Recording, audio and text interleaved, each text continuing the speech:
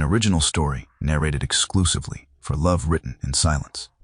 Lady Lydia Fairburn stares at her reflection in the mirror, her fingers hesitating over the faded muslin dress she's just hastily pulled on. Footsteps echo down the hallway as the butler announces her father's important guest has arrived early. Her heart pounds as she hurries down the grand staircase, loose strands of hair falling around her face. When she pulls open the heavy oak door, time seems to freeze as she finds herself face to face with Gabriel, the Duke of Thornlake, the man whose single meaningful conversation years ago had imprinted itself upon her heart. His eyes widen in recognition, taking in her unguarded state, and something shifts in his gaze, not disappointment, but a spark of genuine interest that neither of them could have anticipated on this ordinary morning that would change everything.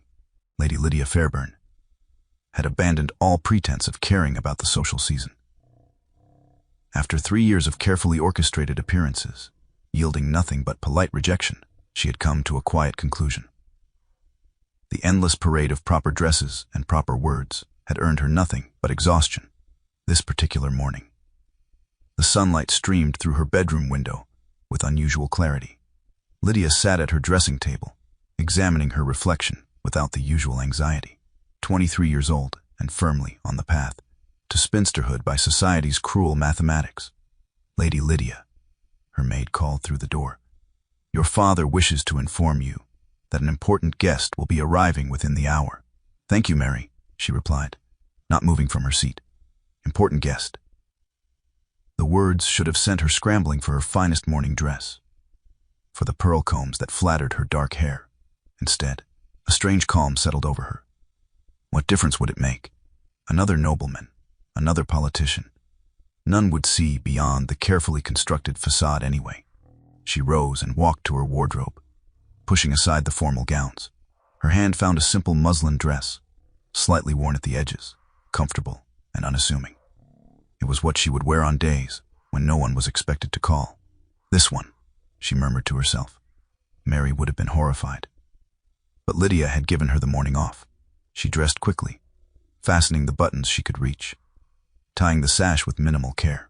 Her hair she arranged in a simple knot, not bothering with the usual pins and careful arrangement. For once, she would greet the world as she was, not as the marriage market demanded she appear. The butler's announcement came sooner than expected. Lydia had barely settled in the morning room when Simmons appeared at the doorway. His Grace, the Duke of Thornlake, my lady. The name struck her like a physical blow. Gabriel, the Duke of Thornlake, not some minor political ally of her father's, but him, the man whose brief conversation 3 seasons ago had somehow lodged itself in her memory, like a splinter that refused to work its way out. Before she could collect herself, before she could even register the horror of her plain dress and simple hair, he was there in the doorway, tall and imposing in his perfectly tailored coat. His dark hair swept back from a face that had only grown more distinguished with the passing years. Recognition flashed in his eyes immediately. Lady Lydia, she rose automatically, curtsying as protocol demanded, acutely aware of every imperfection in her appearance. Your Grace, wasn't expecting you so early. A slight smile touched his lips. Evidently not. The silence that followed should have been excruciating. Lydia waited for the polite excuse, the hasty retreat that would spare them both the embarrassment of her obvious unpreparedness. Instead, the Duke's gaze lingered on her face with unexpected warmth. It's refreshing, he said finally, to be greeted without the usual artifice. Lydia felt heat rise to her cheeks. I'm afraid I've quite scandalized you with my appearance, Your Grace. On the contrary. He moved further into the room, his posture relaxing slightly. I find myself remembering our conversation at Lady Harrington's ball. You spoke then of the exhaustion of constant performance. It appears you found a remedy, that he remembered their brief exchange, a conversation about literature that had somehow veered into unexpected honesty. Seemed impossible. That had been nearly 3 years ago, a fleeting moment of connection before propriety had reasserted itself. My father will be down shortly, she said, uncertain how to respond. I'm in no hurry. The Duke took a seat across from her, his eyes never leaving her face. Perhaps we might continue where we left off. And there, in her father's morning room, wearing a dress she would never have chosen for company, Lydia felt something shift, as if the world had tilted slightly on its axis, revealing a path she had never noticed before. "You mentioned Wordsworth, I believe," the Duke said, settling into the chair across from her. "You preferred him to Byron, which I found curious for a young lady of society." Lydia's fingers smoothed the worn fabric of her dress, a nervous gesture she immediately tried to suppress. "You remember that conversation quite specifically, Your Grace." "Gabriel," he corrected, then seemed surprised at his own informality.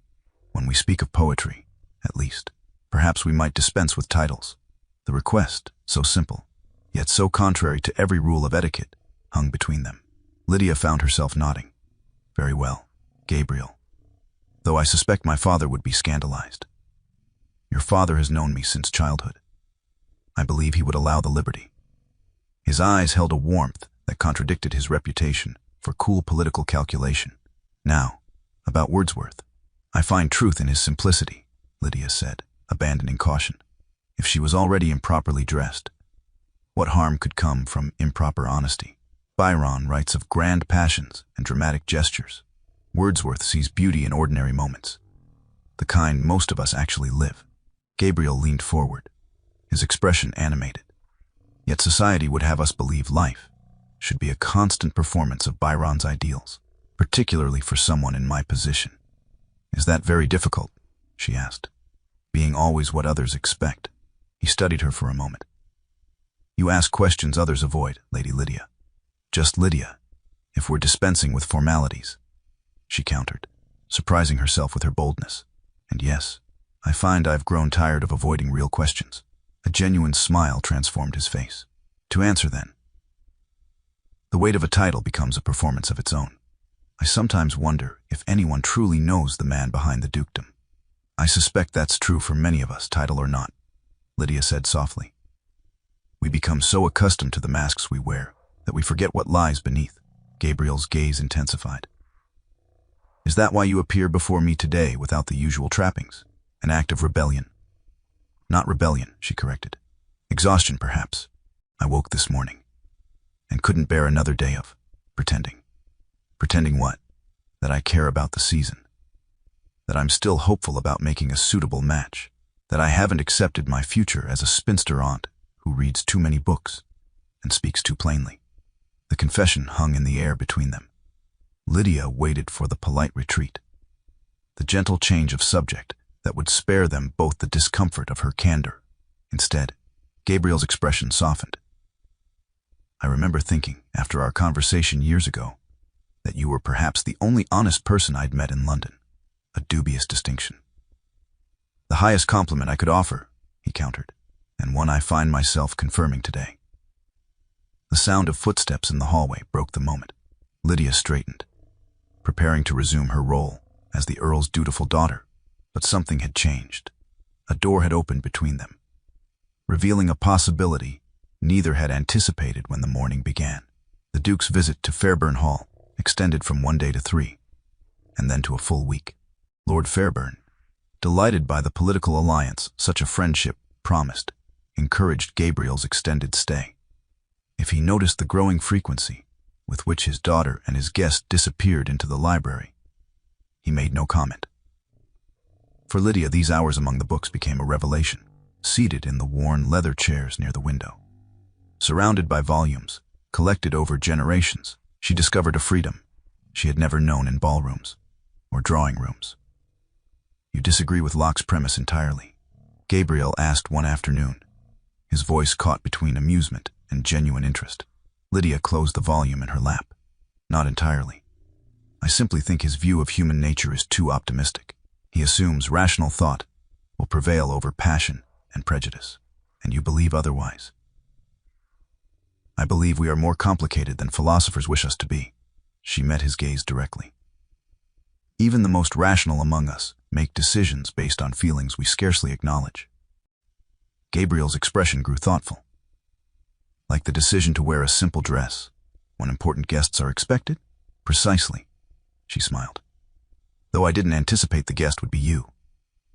"Would it have changed your choice?" The question hung between them, weighted with implications neither was ready to address.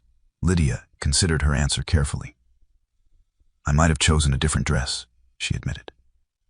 "But I hope I would have still chosen honesty." Their conversations ranged beyond literature and philosophy. Gabriel spoke of his political responsibilities, the delicate balance of power he navigated in Parliament.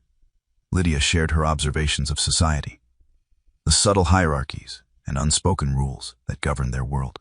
What remained unspoken was the growing awareness between them, the way his eyes lingered on her face when she was absorbed in making a point, the way she found herself anticipating his arrival each morning. "You've never married," she said one afternoon, the question that had lingered in her mind finally finding voice. "Society must find that curious for a man of your position." "Society finds many things about me curious," he replied, his tone light but his eyes serious. "I found that doing what is expected rarely leads to satisfaction." "And what would lead to satisfaction, Your Grace?" He studied her for a long moment. "I believe I'm beginning to discover that, Lydia." The gardens of Fairburn Hall became their sanctuary as April gave way to May, formal enough to satisfy propriety. They could always be seen from at least one window of the house, yet private enough for conversation that went beyond the boundaries of drawing-room discourse.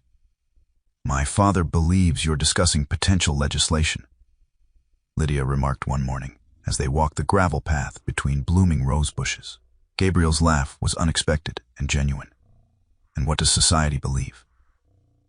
"That you're either exceptionally kind to show attention to a confirmed spinster, or that you harbor some mysterious political motive involving my father." "And what do you believe, Lydia?" She stopped beside a stone bench, trailing her fingers over its cool surface. The morning light filtered through the trees, casting dappled shadows across the garden. In this moment, away from London's watchful eyes, she found courage. "I believe you enjoy my company," she said simply, "as I enjoy yours." He took a step closer, close enough that she could see the flecks of gold in his brown eyes. "Is that all? Should there be more?" Her voice remained steady, though her heart raced traitorously in her chest. "There could be." His words were careful, measured. If circumstances were different, Lydia felt a familiar disappointment settle in her chest. Of course, the circumstances, his position, her lack of exceptional beauty or fortune, the expectations of society, reality reasserting itself in their private Eden. "I understand," she said, moving to continue their walk. His hand caught hers, the touch sending warmth up her arm. "No, I don't think you do." She looked up at him, confused. "The circumstances I speak of aren't what you imagine," Gabriel said softly. "I've spent years building political alliances, navigating the expectations of my position. I've become adept at wearing the mask society expects." "As have we all," she murmured. "But with you," he paused, seeming to search for words. "With you, I find myself wanting to set the mask aside, and that's unsettling." The admission hung between them, more intimate than any declaration of conventional sentiment might have been. Lydia understood suddenly that for a man in his position, such vulnerability represented a greater risk than any political gambit. "Unsettling," she echoed, "but not unwelcome." His fingers tightened around hers briefly. "No, not unwelcome at all." They continued their walk, speaking of other things, the coming Parliament session, the books they had recently read, the changing patterns of the garden. But something had shifted between them. An acknowledgement of possibilities neither had dared consider before that spring morning. The London season was in full bloom when they returned to the city. Lydia had expected their connection to fade with the change of setting, a pleasant interlude at Fairburn Hall. Nothing more.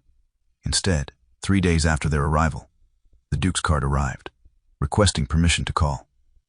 Her father's eyebrows rose nearly to his hairline.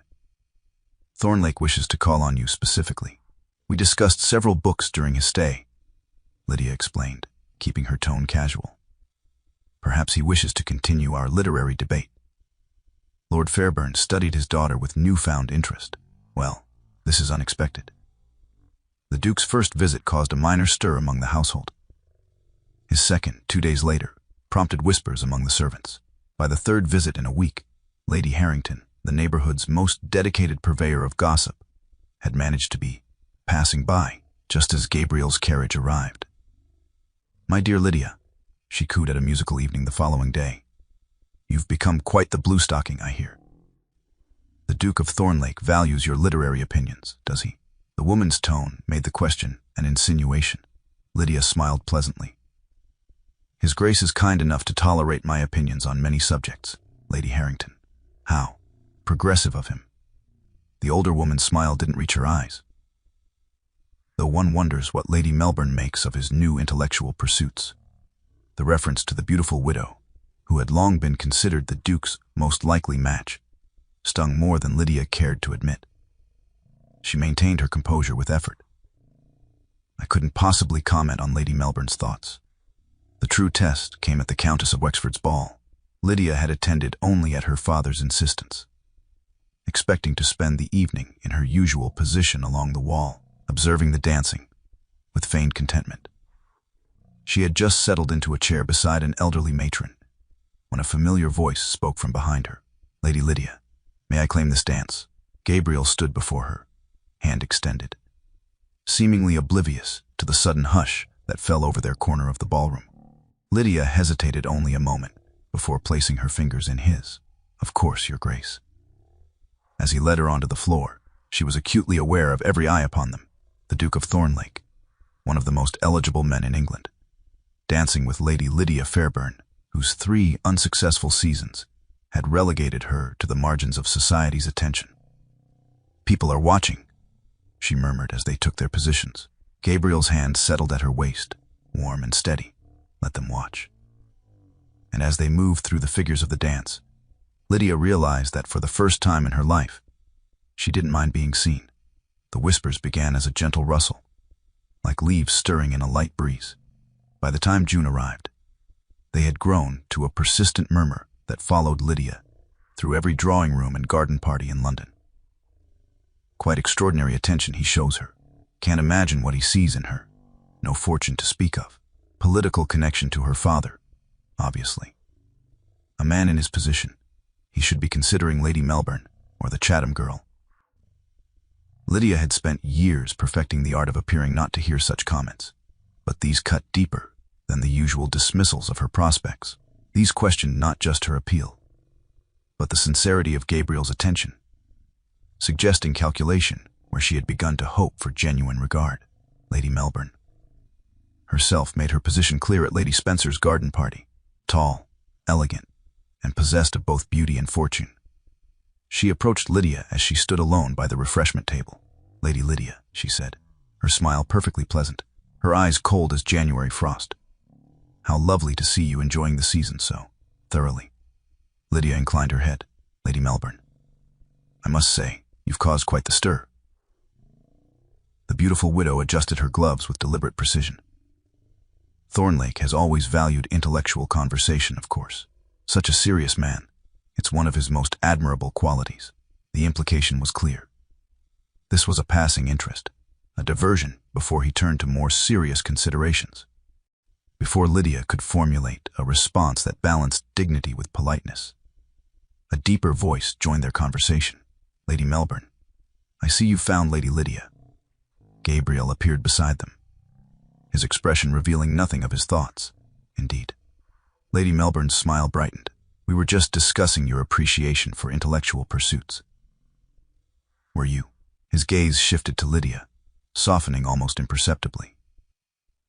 "Then I hope you mentioned that Lady Lydia's insights have proven more valuable to me than any I've encountered in London society." The statement, public, unmistakable in its preference, sent a ripple through the nearby guests. Lady Melbourne's smile froze, then recovered with practiced grace.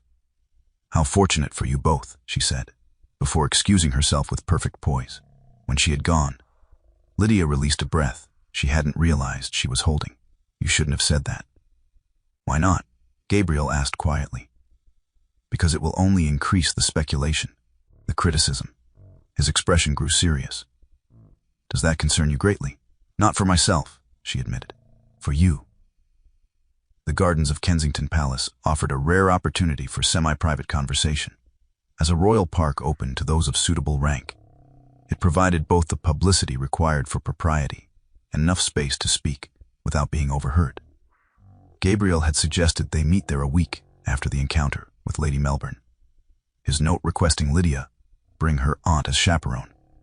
They walked several paces ahead of the older woman, who had obligingly become absorbed in her book of poetry, giving them the illusion of privacy. "You've been avoiding me," Gabriel said without preamble. Lydia kept her eyes on the path before them. "I thought it might be wise to allow the gossip to subside. The gossip doesn't concern me. Perhaps it should." She stopped beside a flowering shrub, its white blossoms fragrant in the warm air. "Your position." "My position has always been a constraint," he interrupted, his voice low and intense. "A set of expectations I've tried to fulfill at the expense of my own inclinations." She studied his face, the tension evident in the set of his jaw. "What inclinations have you sacrificed, Gabriel?"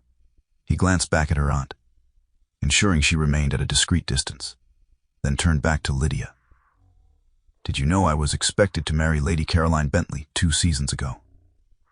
The alliance would have secured significant political advantage for certain legislation I supported." The revelation startled her. "I hadn't heard. Few did."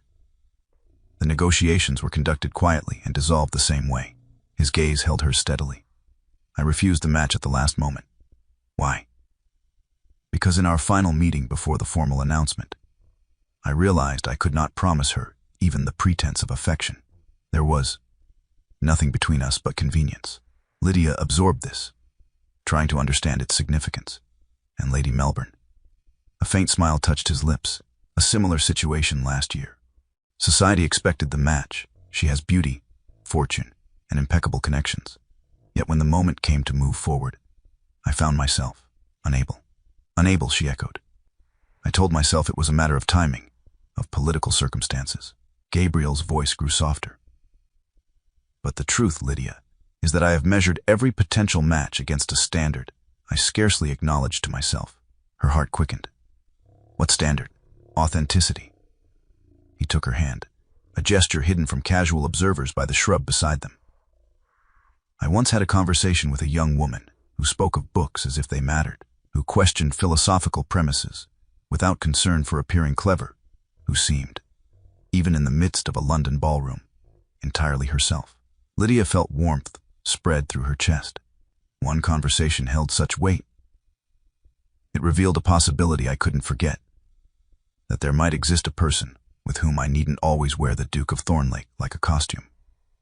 His fingers tightened around hers. "When I saw you that morning at Fairburn Hall, in your simple dress with your unguarded expression, I recognized what I'd been seeking without knowing it, in that moment, surrounded by the carefully tended royal gardens." Lydia understood that what had begun as an unexpected encounter had become something neither of them had dared to anticipate. The Duchess of Harrington's dinner party should have been a pleasant affair.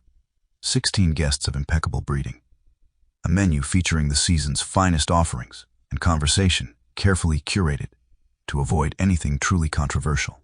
Yet from the moment Lydia took her seat, placed, to general surprise, at Gabriel's right hand, she sensed the undercurrents of tension.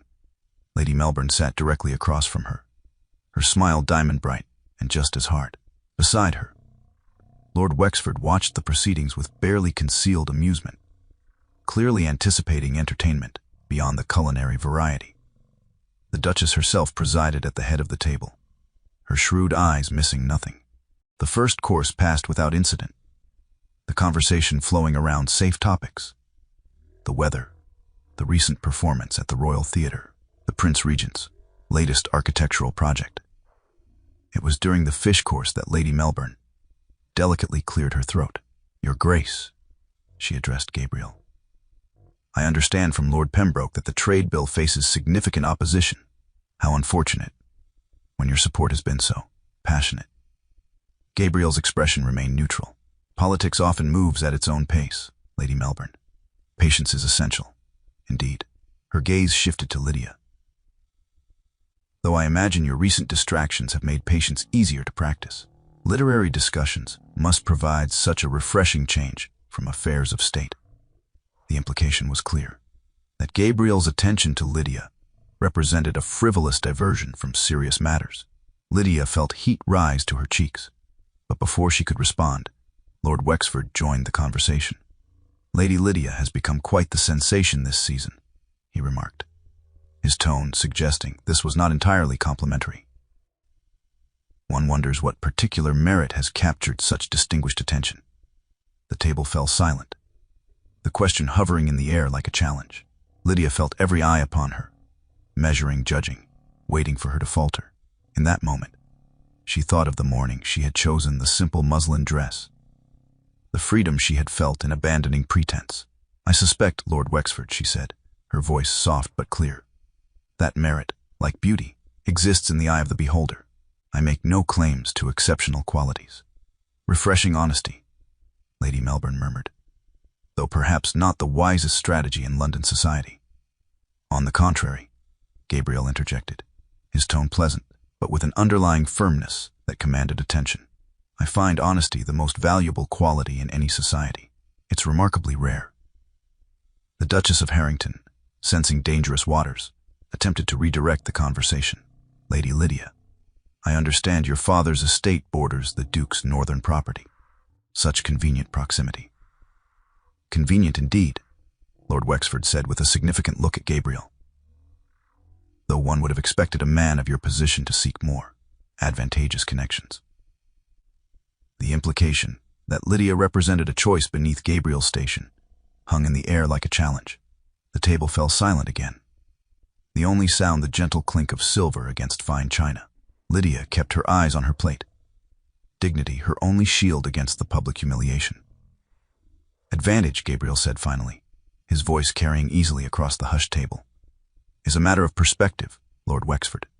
Some men measure it in political alliances or financial gain." His gaze moved deliberately to Lydia.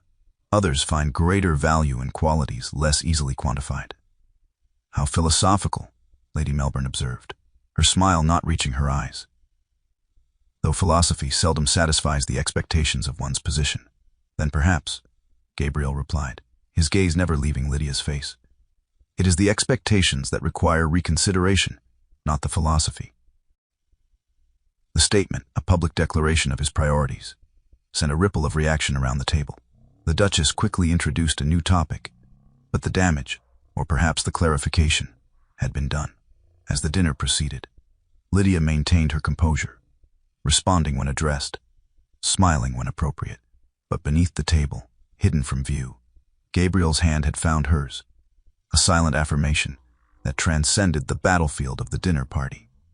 The evening air carried the scent of rain as Gabriel handed Lydia into his carriage. The dinner party had concluded with strained politeness, the earlier tension never fully dissipating. Her aunt had accepted his offer to convey them home with obvious approval, settling herself comfortably across from them. As the carriage pulled away from the Harrington mansion, for several minutes, they rode in silence, the rhythmic sound of hooves on cobblestones and the occasional rumble of distant thunder the only interruptions. Lydia's thoughts whirled with the evening's events, the subtle attacks, Gabriel's defense, the unspoken questions that hung between them. "I believe I shall close my eyes for a moment," her aunt announced suddenly. "The evening has quite exhausted me," with a significant look at Lydia that conveyed both warning and permission. The older woman closed her eyes and turned her face toward the carriage window. The privacy this charade afforded was minimal, but precious. Gabriel's voice, when he spoke, was barely above a whisper. "You handled the evening with remarkable grace." Lydia kept her own voice equally low. "I've had practice being the subject of dismissive speculation. It was more pointed tonight." His hand found hers in the darkness of the carriage. "Because of me." "Because they don't understand what you could possibly see in me," she corrected gently. "And I confess, sometimes I wonder the same." The carriage swayed as it turned a corner, the lanterns outside casting brief, shifting patterns of light across Gabriel's face. In these intermittent illuminations, Lydia could see his expression, intent, serious, stripped of the careful neutrality he maintained in public. "When I saw you that morning at Fairburn Hall," he said softly, "wearing that simple dress, your hair arranged without artifice, you looked free, in a world where everyone, myself included, Lives behind carefully constructed facades. You showed me a glimpse of authenticity I had forgotten was possible. Lydia felt her throat tighten with emotion. It was just a dress, Gabriel. No, his fingers tightened around hers. It was a choice. To be yourself, regardless of expectation. I had spent years making the opposite choice. Always the Duke first, the man second. He paused, seeming to search for words. I was on the verge of accepting that as my fate, of making a suitable match that would satisfy society, but leave the man forever secondary to the title. The carriage passed beneath a street lamp, illuminating his face fully for a brief moment. What Lydia saw there, vulnerability, hope, certainty, took her breath away.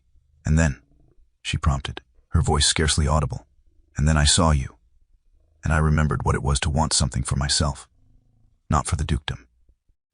His free hand rose to touch her cheek, a gesture hidden in the darkness.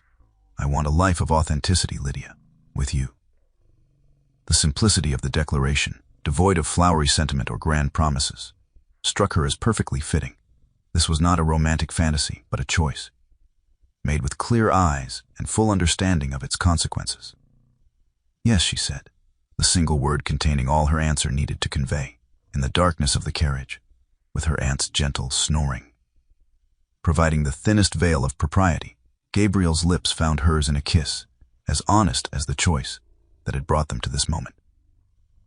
The announcement of the engagement between Gabriel, Duke of Thornlake, and Lady Lydia Fairburn appeared in the morning papers 3 days later. The initial reaction was precisely what they had anticipated. Disbelief, followed swiftly by speculation and criticism. A political arrangement with her father, some insisted. She must have trapped him somehow, others whispered. It won't last. He'll come to his senses before the wedding, Lady Melbourne's supporters confidently predicted. Lydia weathered the storm with the same quiet dignity she had shown at the Harrington dinner. When Lady Spencer asked directly what arts she had employed to secure such an advantageous match, she replied simply, "None at all, Lady Spencer. I merely ceased trying to be what I am not." The answer, reported and repeated throughout London drawing rooms, was dismissed as false modesty by some and recognized as profound truth by others. Gabriel, for his part, made no explanations or apologies. He continued his political work with the same dedication, brought Lydia to public events with obvious pride, and treated inquiries about his choice with the polite dismissal they deserved. Gradually, as weeks passed and the engagement showed no signs of dissolving, society's reaction began to shift. Those with political aspirations decided that the Duke's choice must have been well considered and adjusted their behavior accordingly.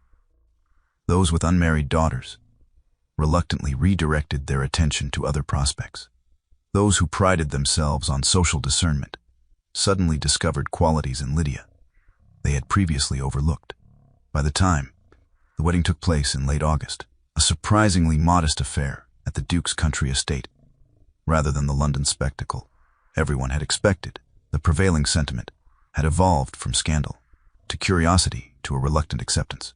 And if some, like Lady Melbourne, never fully reconciled themselves to the match, their disapproval mattered little to the couple, who had chosen authenticity over expectation.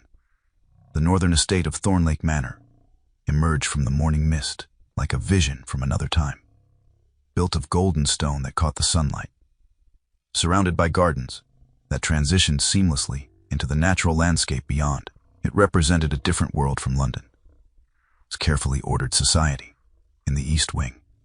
Lydia stood before the window of the nursery, watching as the mist retreated from the gardens below.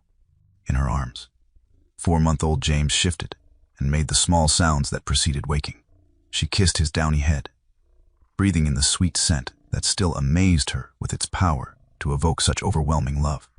"There you are." Gabriel's voice from the doorway made her turn. A year of marriage had softened the formal edges of their relationship, replacing careful consideration with comfortable intimacy. He crossed the room to join them, one hand coming to rest on the small of her back as he looked down at their son. "He's about to wake," Lydia said softly. "I thought we might take him for a walk in the garden once he's fed. The day promises to be beautiful. A perfect plan." Gabriel's free hand gently touched the baby's cheek. though I've had a message from Harwick. Parliament reconvenes earlier than expected this year. Lydia nodded, absorbing the information. Their arrangement had evolved naturally over the past year. Summers and parts of spring and autumn at the Northern Estate, winter, and the necessary portions of the political season in London. A balance that allowed Gabriel to fulfill his responsibilities while giving them the quieter life they both preferred. When must we return? Not for another 3 weeks. His smile held a hint of mischief. I may have neglected to mention we've been invited to Lady Melbourne's autumn gathering next week. Lydia laughed softly, mindful of the baby in her arms. How unfortunate that we'll be unable to attend, being so far north. My thoughts exactly. James chose that moment to wake fully, his small face scrunching in preparation for the cry that would demand attention. Lydia moved to the rocking chair near the window, settling in to feed him, while Gabriel watched with the expression of wonder that had not diminished since their son's birth. "I'll have Mary prepare his carriage for our walk," he said after a moment. "And I'll tell Cook we'll take luncheon in the rose garden." Lydia nodded, her attention on the baby at her breast. As Gabriel turned to leave, she called softly after him, "I'm happy, you know." He paused in the doorway, looking back at her with an expression that still had the power to quicken her heartbeat. "As am I, Duchess. More than I once believed possible." The title, which she had insisted he use only in formal settings, made her smile. "Such formality, Your Grace." "A reminder," he said, his voice warm with affection, "of all we've gained by looking beyond titles to the truth beneath." As he left to make arrangements for their day, Lydia returned her gaze to the gardens below, where the last of the morning mist was yielding to sunlight. Like that mist, the expectations and constraints of their former lives had gradually dissolved, revealing the clearer, simpler beauty that lay beneath. The trunk in Lydia's dressing room at Thornlake Manor contained what she privately called the London costumes, the formal gowns, elaborate headdresses, and ornate accessories required for the political season. As she prepared for their walk in the garden, she found herself opening this trunk, her fingers brushing over a particular gown of deep blue silk. With its intricate beading and fashionable cut, had been commissioned for her first appearance as Duchess of Thornlake. The modiste had spent weeks on its creation. Society columnists had described it in detail. And for one evening, it had represented everything the world expected of Gabriel's bride. Lydia lifted it carefully, noting how the beads caught the light from the window. Beautiful, certainly. Appropriate for her position, undoubtedly. And yet, as she held it against herself, she felt only a distant appreciation, like admiring a painting that belonged to someone else. With deliberate care, she folded the gown and returned it to the trunk, her decision made. They would return to London when duty called. She would wear what her position required. But here, in this place that had become truly home, such artifice seemed unnecessary. Instead, she selected a simple walking dress of pale green muslin, practical for the garden yet flattering to her figure, which had softened with motherhood. As she fastened the buttons, she caught her reflection in the mirror and paused, struck by a sudden memory. Another morning, another simple dress, chosen without calculation. The day that had changed everything. She smiled at her reflection, recognizing in her face a contentment that no amount of silk or beading could have provided. The blue gown would remain in its trunk, a symbol of a role she could play when needed, but not the woman she had chosen to become. With a final, affectionate pat to the trunk's lid, she closed it firmly and went to join her husband and son for their walk in the garden. The gardens of Thornlake Manor had been designed by Gabriel's grandmother, a woman of strong opinions and stronger horticultural instincts. Unlike the formal gardens of London estates, these followed the natural contours of the land, with winding paths that revealed new vistas at each turn. Gabriel pushed the small carriage containing their son, who gazed up at the dappled sunlight through the trees with wide-eyed fascination. Lydia walked beside them, her hand resting lightly on her husband's arm, her simple green dress catching the breeze. "You've changed your gown," Gabriel observed as they paused beside a small stream that bubbled through the garden. "I thought you might wear the blue silk you were considering." Lydia smiled. pleased that he noticed such details.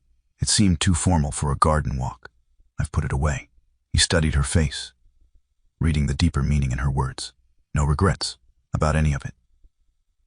She understood the question beneath the question. Did she regret choosing this quieter life, away from London's constant social whirl? Did she miss the admiration her position as Duchess might have commanded, had they remained more firmly in society's orbit? None, she said simply, and was struck again by how completely true this was. Though I do wonder sometimes what would have happened if I had worn a different dress that morning at Fairburn Hall. Gabriel's laugh was warm and genuine. I suspect we would have found our way here eventually, though perhaps with more detours along the path. You seem very certain. He stopped walking, turning to face her fully. I am. Some choices feel inevitable in retrospect, don't they? As if all paths would have led to the same destination, regardless of the route. James made a small sound of protest at the lack of movement, and Gabriel obligingly resumed pushing the carriage. They continued their walk in comfortable silence, passing through a rose garden where late blooms still offered their fragrance to the autumn air. I received a letter from my father yesterday, Lydia said after a while. He's considering retiring from public life. He mentioned he might visit us here before winter sets in. He's always welcome, Gabriel replied. This place has a way of reminding people what matters, as if to emphasize his point. James let out a delighted laugh at a butterfly that fluttered past his carriage. The sound, pure and unaffected, embodied everything their choice had given them. Lydia squeezed her husband's arm gently. Yes, she agreed, watching the butterfly's path through the garden. It certainly does.